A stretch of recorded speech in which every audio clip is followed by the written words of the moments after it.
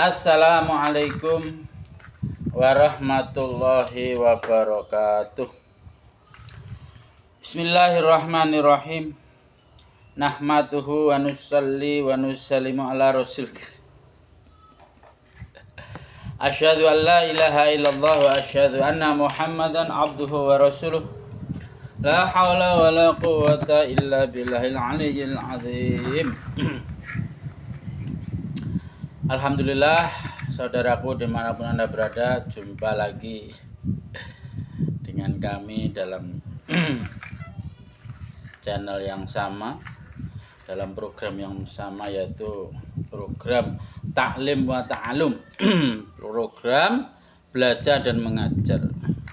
Karena pada hakikatnya mencari ilmu itu wajib dari ayunan sampai liang kubur. Saudaraku yang dirahmati Allah SWT, alhamdulillah dalam perjumpaan ini semoga Allah Subhanahu wa taala selalu curahkan rahmat, hidayah, maghfirah, taufik kepada kita sehingga kita selalu taat kepada Allah Subhanahu wa taala, semakin cinta kepada Allah Subhanahu wa taala. Saudaraku yang dirahmati Allah SWT, alhamdulillah saat ini kita lanjutkan taklim lanjutan yang kemarin, yaitu tentang bab anjuran supaya zuhud, qanaah dan tidak meminta-minta. Seorang syekh berkata, "Wahai manusia, dalam keadaan lapang hendaknya engkau beramal soleh dan takut kepada Allah Subhanahu wa taala. Janganlah terperdaya oleh angan-angan yang panjang terhadap dunia dan melupakan mati. Janganlah menaruh perhatian kepada dunia sedikit pun, karena ia adalah penipu besar. Ia menghiasi dirinya untukmu agar engkau menaruh angan-angan terhadapnya, agar engkau terperangkap dalam fitnahnya. Bagi para suami, ia memakai perhiasan yang menarik sehingga laksana pengantin baru pada hari perkawinan, sehingga hatimu terpesona menatap wajahnya dan jatuh cinta kepadanya. Tetapi ketahuilah bahwa penipu jahat itu telah membunuh orang-orang yang mencintainya. Banyak orang yang percaya kepadanya ditinggalkan tanpa pembantu. Banyak orang yang percaya kepadanya ditinggalkan tanpa pembantu. Perhatikanlah dunia dengan pandangan yang dalam. Renungkanlah dunia dengan pemikiran yang tajam. Maka engkau dapat melihat bahwa ia adalah sebuah rumah yang di dalamnya terdapat banyak kebinasaan. Penciptanya sendiri telah menerangkan keburukannya. Setiap perkara yang baru di dunia ini tidak akan bertahan lama. Semua pemerintahan di dunia ini akan hancur, dan segala sesuatu yang mulia di sini akan menjadi hina di akhirat. Jika berlebihan dalam memilikinya akan menyebabkan kekurangan. Jika bersahabat dengannya akan menghabiskan dan menghapus segala kebaikannya. Semoga Allah Subhanahu wa taala merahmatimu. Bangunlah engkau dari tidur sebelum manusia memulai membicarakan. Bangunlah engkau dari tidur sebelum manusia mulai membicarakan bahwa fulan sedang jatuh sakit atau berada dalam keadaan putus asa hidupnya. Boleh saja engkau memanggil seorang tabib yang baik atau dokter yang ahli. Kemudian tabib dan dokter itu bolak-balik ke rumahmu, tetapi mereka gagal memberi harapan hidup kepadamu. Kemudian akan terdengar pembicaraan bahwa fulan akan memberikan wasiat, tetapi suaranya tidak terdengar. Kini ia tidak lagi mengenali siapapun. Nafasnya mulai panjang dan kesakitan. Matanya tidak dapat dibuka lagi. Wahai saudaraku, Pada waktu itu engkau mulai merasakan keadaan akhirat, tetapi engkau tidak berdaya menerangkan apapun. Karena lidah sudah tidak dapat digerakkan. Para kerabat mengelilingimu dan mulai menangis. Anak-anak dan istri bergantian berdiri di hadapanmu. Tetapi lidah tidak dapat digerakkan dan suara tidak dapat keluar. Kemudian roh pun mulai keluar dari badan. Akhirnya keluar dan terbang ke langit. Kaum kerabat mulai membuat persiapan untuk penguburan mayatmu. Mereka yang datang menziarahimu menangis sebentar lalu diam. Musuh-musuhmu merasa senang. Ahli waris mulai membagikan harta peninggalanmu dan engkau terperangkap dalam amalanmu sendiri. Dalam sepucuk suratnya yang ditujukan kepada Amirul Mukminin Umar bin Abdul Aziz rahmatullah alaih, setelah memuji Allah Subhanahu wa taala dan bersolawat kepada Rasulullah sallallahu alaihi wasallam, Hasan Basri rahmatullah alaih menulis, dunia ini hanyalah sebagai tempat persinggahan dan bukan tempat menetap serta bermukim. Karena sedikit kesalahan yang dilakukan ketika di surga, Adam alaihissalam dikirim ke dunia. Karena sedikit kesalahan yang dilakukan ketika di surga, Adam alaihissalam dikirim ke dunia sebagai hukuman. Sebenarnya dunia adalah tempat hukuman. Oleh karena itu, hendaknya kita senantiasa takut karena bekal ke akhirat yang sebenarnya adalah meninggalkan cinta dunia. Kekayaannya adalah kesempitan dan dunia ini senantiasa membinasakan manusia. Barang siapa yang mencintai dunia, ia akan terhina karenanya. Barang siapa yang mencoba mengumpulkan dunia, maka dunia menjadikannya selalu berhajat kepadanya. Dunia adalah sejenis racun yang membinasakan orang yang memakainya. Hendaklah kita menghabiskan waktu hidup kita seperti orang yang sedang sakit, yang berpantang beberapa perkara agar cepat pulih sakitnya, dan obat-obat pahit dimakannya agar penyakit itu tidak berkepanjangan. Hendaknya kita mengawasi penipu, penjahat dan pengkhianat ini yang menghiasi dirinya untuk menarik perhatian manusia, kemudian menjeratnya dengan musibah.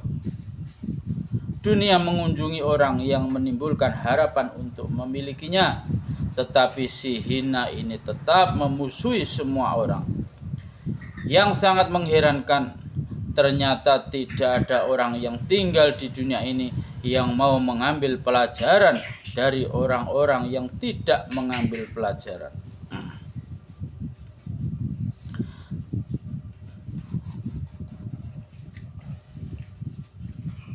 Ternyata tidak ada orang yang tinggal di dunia ini yang mau mengambil pelajaran dari orang-orang yang meninggalkan dunia dalam keadaan tertipu dan dikhianati olehnya. Mereka juga tidak mengambil pelajaran dengan mendengar kisah kehidupan orang terdahulu dan tidak juga mendengar firman-firman Allah Subhanahu wa taala mengenai keadaan dunia dan mengambil nasihat serta berpegang dengannya. Orang yang mendambakan dunia, apabila apa yang mereka dambakan telah tercapai, mereka akan terperdaya lalu terjerumus dalam kemaksiatan. Orang yang mendambakan dunia, apabila apa yang mereka dambakan telah tercapai, mereka akan terperdaya lalu terjerumus dalam kemaksiatan sambil melupakan akhirat. Sehingga hatinya sibuk dengan urusan dunia dan kakinya tergelincir dari jalan akhirat. Akibatnya adalah keresahan, dan penyesalan yang tidak berguna.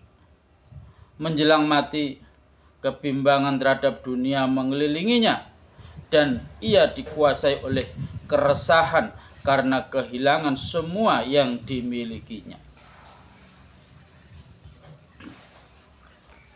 Hasrat orang yang mendambakan dunia sekali-kali tidak akan tercapai dan mereka sekali-kali tidak akan selamat dari kesusahan, sehingga tanpa mempersiapkan bekal mereka terpaksa pergi dari alam ini menuju akhirat. Wahai Amirul Mukminin, hindarkanlah diri kita dari dunia, dan pada saat bergembira pun kita harus selalu takut. Orang yang percaya kepada dunia apabila merasakan kegembiraan sedikit saja, sudah pasti ia akan terperangkap dalam musibah. Orang yang mencari kepuasan dunia adalah orang yang tertipu, dan orang yang menerima keuntungan di dunia pasti akan mengalami kerugian. Kesenangan di dunia akan berakhir dengan kesusahan, dan puncak wujud dunia adalah fana. Kegembiraan di dunia selalu bercampur dengan kesedihan. Apa yang sudah lepas tidak akan datang lagi, dan apa yang akan datang tidak diketahui wujudnya. Harapan di dunia adalah harapan palsu, dan cita-citanya sia-sia. Yang kelihatan bersih di dunia sesungguhnya merupakan sesuatu yang kotor. Kemewahannya merupakan hasil kerja keras. Manusia senantiasa dalam keadaan bahaya di dunia. Jika seseorang mempunyai akal dan berpikir secara mendalam, ia akan memahami bahwa semua kenikmatan dunia itu berbahaya, dan ujung-ujungnya adalah malapetaka. Sekiranya Allah Subhanahu wa Ta'ala yang menciptakan dunia tidak pernah memberitakan keburukan dan cacat celanya, tipu daya dunia itu sendiri sudah cukup untuk membangunkan orang yang sedang tidur dan menyadarkan orang yang lalai agar berhati-hati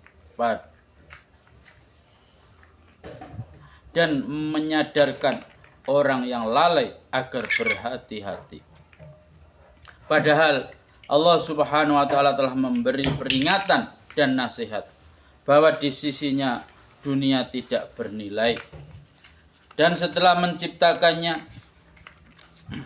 Allah Subhanahu wa Ta'ala tidak pernah melihat kepadanya dengan pandangan rahmat.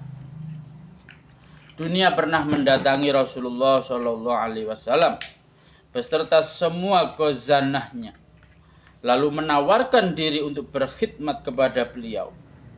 Tetapi Rasulullah Shallallahu Alaihi Wasallam menolak karena tidak menginginkannya. Rasulullah Shallallahu Alaihi Wasallam tidak sanggup berbuat sesuatu yang tidak sesuai dengan kehendak Allah Subhanahu wa Ta'ala. Rasulullah Shallallahu Alaihi Wasallam tidak menyukai perkara yang dibenci oleh penciptanya. Rasulullah Shallallahu Alaihi Wasallam sendiri telah menegaskan bahwa dunia itu hina. Itulah sebabnya Allah Subhanahu wa Ta'ala menjauhkan dunia dari hamba-hambanya yang soleh dan memberikannya kepada musuh-musuhnya. Orang-orang yang menganggap bahwa dunia itu berharga banyak. Orang-orang yang menganggap bahwa dunia itu berharga banyak yang terperdaya, dan mereka menyangka bahwa Allah Subhanahu wa Ta'ala telah memuliakan orang-orang kafir. Tetapi lihatlah kenyataannya, bagaimana Allah Subhanahu wa Ta'ala memperlakukan kekasih-kekasihnya, penghulu para nabi Muhammad Sallallahu Alaihi Wasallam, berkenaan dengan dunia, sehingga beliau mengikat batu di perutnya yang mulia itu karena lapar.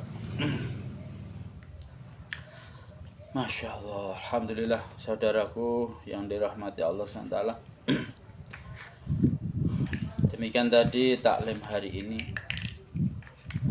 Semoga Allah Subhanahu wa taala beri kita kepahaman